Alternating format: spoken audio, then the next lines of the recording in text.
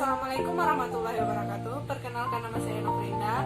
Nomor BP 20 10 11 55 11 0077. Saya dari kelas akuntansi 2. Pengertian kewirausahaan. Kewirausahaan ialah merupakan kemampuan seseorang dalam memanajemenkan risiko, dalam mengoptimalkan segala sumber daya yang ada, baik itu berupa materi, intelektual, waktu, dan kemampuan dalam kreativitasnya untuk menghasilkan suatu produk atau usaha yang berguna bagi dirinya sendiri dan orang lain.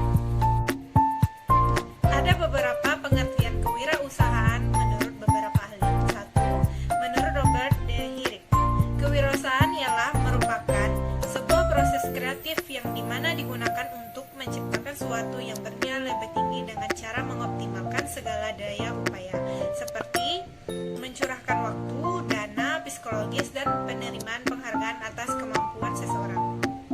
2. Menurut Peter F. Drucker, kewirausahaan ialah merupakan kemampuan untuk menciptakan sesuatu yang baru dan berbeda. 3. Menurut Stephen Robbins, kewirausahaan adalah sebuah proses mengejar berbagai peluang untuk memenuhi kebutuhan dan keinginan melalui inovasi. Ciri-ciri seseorang kewirausahaan adalah berani mengambil risiko, mempunyai daya kreasi. Tujuan kewirausahaan meningkatkan jumlah wirausaha yang berkualitas, menyadarkan masyarakat atau memberikan kesadaran berwirausaha yang sama. Materi selanjutnya adalah kepemilikan bisnis. 1. Definisi kepemilikan bisnis. Kepemilikan usaha adalah suatu bentuk kegiatan usaha yang dilihat dari segi pemilik atau pendirinya, sumber modalnya, dan tujuan pendiriannya, sehingga dapat berbagai macam bentuk kepemilikan suatu usaha. 2. Bentuk-bentuk kepemilikan bisnis. 1. Perusahaan perseorangan. Perusahaan perseorangan adalah bisnis yang kepemilikannya dipegang oleh satu orang. Kebaikan dalam perusahaan perseorangan. 1. Pemilik bebas dalam mengambil keputusan sehingga keputusan dapat secara cepat dilaksanakan. 2. Seluruh keuntungan perusahaan menjadi hak pemilik perusahaan sepenuhnya. 3. Biasanya pemilik perusahaan lebih giat berusaha untuk mencapai tujuan perusahaan yang menjadi miliknya. 4. Organisasi yang mudah terbentuk dan mudah bubar. 5. Sifat kerahasiaan perusahaan dapat terjamin, baik dalam hal keuangan maupun dalam masalah proses produksi. Kelemahan dari perusahaan perseorangan adalah 1. Tanggung jawab pemilik perusahaan tidak terbatas. Di sini seluruh harta milik pribadi menjadi jaminan terhadap hutang perusahaan. 2. Sulit mengatur roda perusahaan karena diatur sendiri. 3. Sumber keuangan perusahaan terbatas, sebab usaha-usaha untuk memperoleh sumber dana sangat tergantung pada kemampuan pemilik perusahaan saja. Kelangsungan usaha perusahaan kurang terjamin, sebab jika seandainya pemilik meninggal atau terkena ganjaran hukuman penjara, maka perusahaan akan berhenti aktivitasnya. 5. Pengelolaan manajemennya lebih kompleks, sebab semua aktivitas manajemen dilakukan oleh pemilik perusahaan sendiri. 2. Firma. Firma merupakan suatu persekutuan antara dua orang atau lebih dengan nama bersama untuk menjalankan usaha. Kebaikan firma antara lain: 1. Kemampuan manajemen lebih besar karena ada pembagian kerja di antara para anggota. 2. Pendiri firma relatif lebih mudah karena tidak memerlukan akte pendirian. 1. Kelangsungan hidup perusahaan terjamin. 2. Terbatasnya tanggung jawab sehingga tidak menimbulkan risiko bagi kekayaan pribadi maupun kekayaan keluarga pemilik. 3. Saham dapat diperjualbelikan dengan relatif mudah. 4. Memudahkan terjadinya perluasan usaha. Kelemahan dalam perseroan komanditer. 1. Tanggung jawab tidak terbatas. 2. Kelangsungan hidup tidak terjamin. 3. Sulit untuk menarik kembali modalnya, terutama bagi sekutu pimpinan. 4. Perseroan terbatas.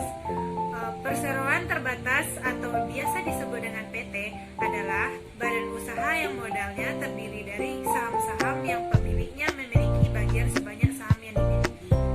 Kebaikan dalam perseroan terbatas. 1. Kelangsungan hidup perusahaan terjamin.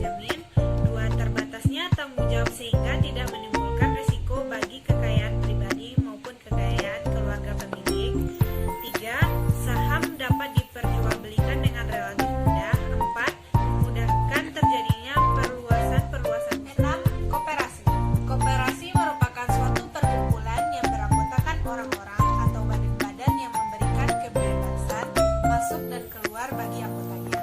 Dengan bekerja sama secara kekeluargaan, menjalankan usaha untuk mempertinggi kesejahteraan para anggotanya. Prinsip koperasi. 1. Keanggotaan bersifat sukarela. 2. Pengelolaan dilakukan secara demokrasi. 3. Pembagian sisa hasil usaha dilakukan secara adil. Ciri-ciri koperasi. 1. Lebih mementingkan keanggotaan dan sifat bersamaan. 2. Anggota-anggotanya bebas keluar masuk. 3. Koperasi merupakan badan hukum yang menjalankan usaha untuk kesejahteraan anggota. 4. Koperasi didirikan secara tertulis dengan akte pendirian dari notaris. 5. Tanggung jawab kelancaran usaha koperasi berada di tangan Kemenkum. Jenis-jenis koperasi. Jenis koperasi berdasarkan fungsinya yaitu 1.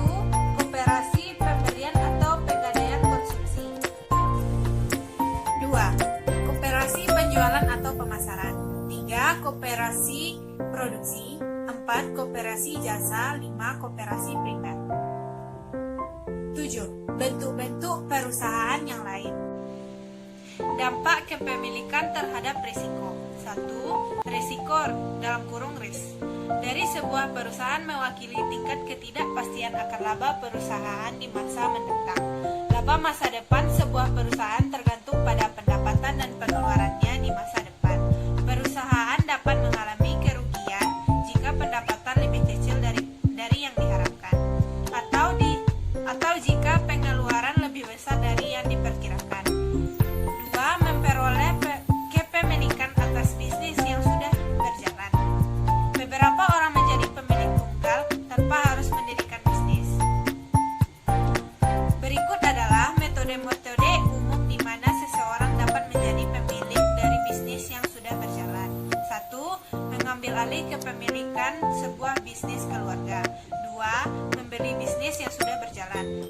Mengambil alih kepemilikan sebuah bisnis keluarga. Banyak orang bekerja pada sebuah bisnis keluarga dan setelah beberapa waktu mengambil alih kepemilikannya.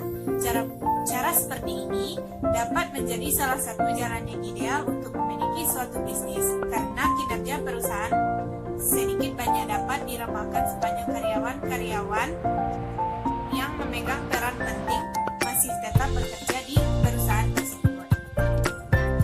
4. Membeli bisnis yang sudah berjalan. Dimanapun dan kapanpun, banyak terdapat bisnis yang dijual. Penjualan bisnis seringkali diiklankan dalam bagian iklan berbagai surat kabar lokal.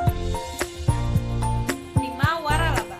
Waralaba adalah kesepakatan di mana pemilik suatu bisnis yang disebut pewaralaba memperkenalkan pihak lain atau terwaralaba menggunakan merek dagang, nama dagang, atau hak ciptanya dengan syarat-syarat tertentu.